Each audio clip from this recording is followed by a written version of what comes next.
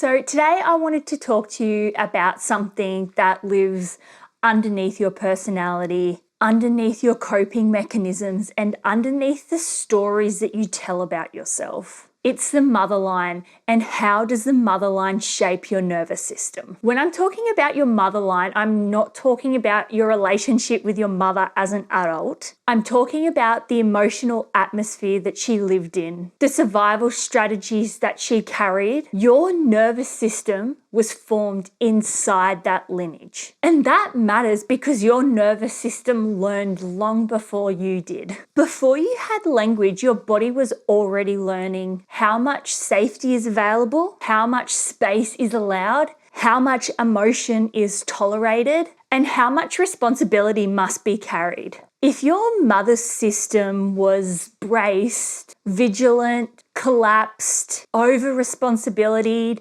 or under-resourced, your system absorbed that as normal. Not because she taught it to you, but because your system was raised inside of that environment. Your baseline wasn't chosen, it was inherited. Your reflexes, the things that you do without thinking about, they are normally passed down from people and women that you have never met before. If your grandmother survived by staying quiet, then your diaphragm might tighten before you speak. Or if your mother had to monitor the emotional weather of the room, then you learn to scan other people's emotions before you scan your own. If the women before you carried collapse as a survival strategy, then you learn to stay quiet and go still when you're confronted with something that you're not comfortable with. These reflexes are somatic. They're inherited survival patterns. If your mother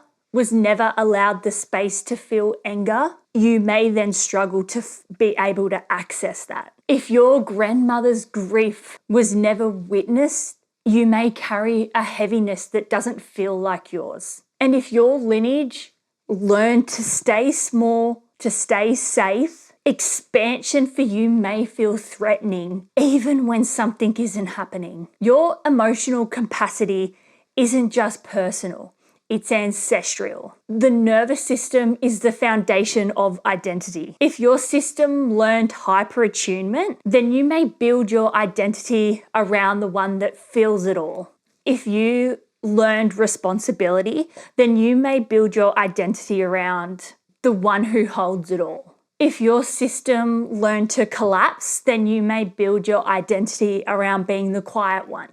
Even though that's not your truth, it's your inheritance. This is why lineage work is not conceptual. It's about bringing your nervous system back to its original blueprint, not the blueprint that you inherited. Once you understand why your nervous system was shaped by your motherline, you stop blaming yourself for patterns that were never yours to begin with. You stop thinking that you're too emotional, too much, too sensitive, and you start seeing that your system is intelligent. It's adapted to a lineage that it came from. And now you have the opportunity to reshape that. Not by rejecting your motherline, but by healing what it couldn't. By giving your system the safety, the space, the emotional range, and the truth that it has never had access to before. This is how you become the cycle breaker. This is how you return to your original blueprint. And this is how you reclaim your nervous system as your own.